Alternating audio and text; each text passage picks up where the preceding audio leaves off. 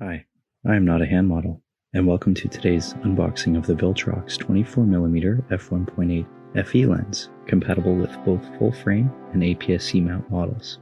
The APS-C equivalent focal length is approximately 40mm. I have to admit I was a bit skeptical when I received this box. Not only did the shipping take some time, but when I received it, it was loose in the case. There was no bubble wrap, no padding airbags to stop it from moving around. So naturally, when I got this package, I was a little bit nervous.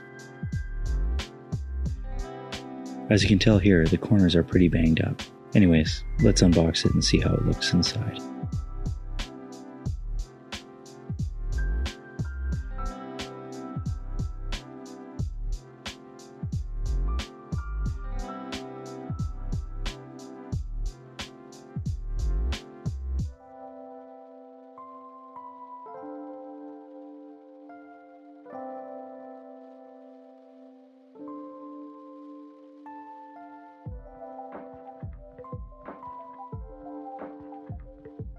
Right away, we see the Viltrox pouch.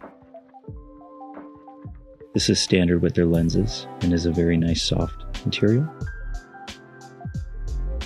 We get the warranty card,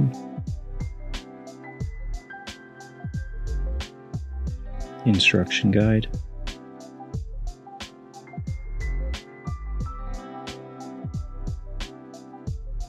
and QA stamp of approval. Also, do not eat this.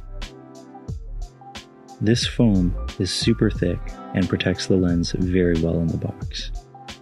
I believe the foam would have dampened any sort of banging that the box experienced in its journey. Now let's get to the lens. My first impressions of the lens are that it's really nicely built. There's a nice weight to it that doesn't make it feel cheap or plasticky. You'll notice the gold Viltrox stamp and the manual aperture ring.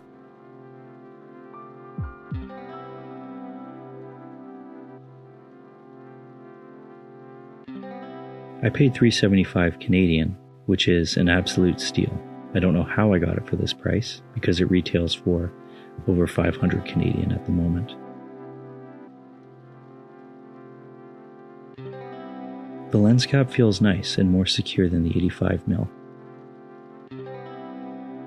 So does the lens hood.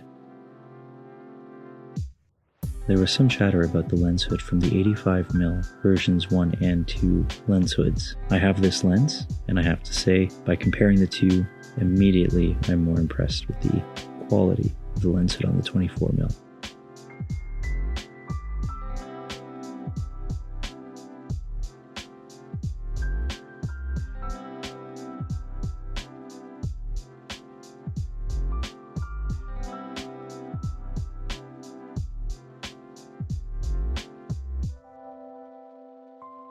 The front element is quite large, as to be expected with a f1.8 lens. The manual aperture ring is smooth.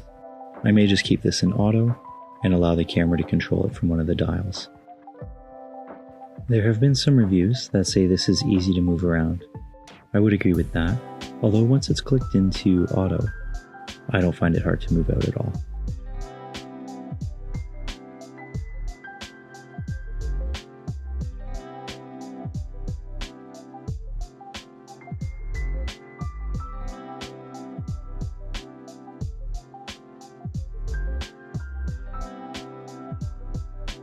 On the bottom, we have the lens contacts, and we also have a USB port for updating.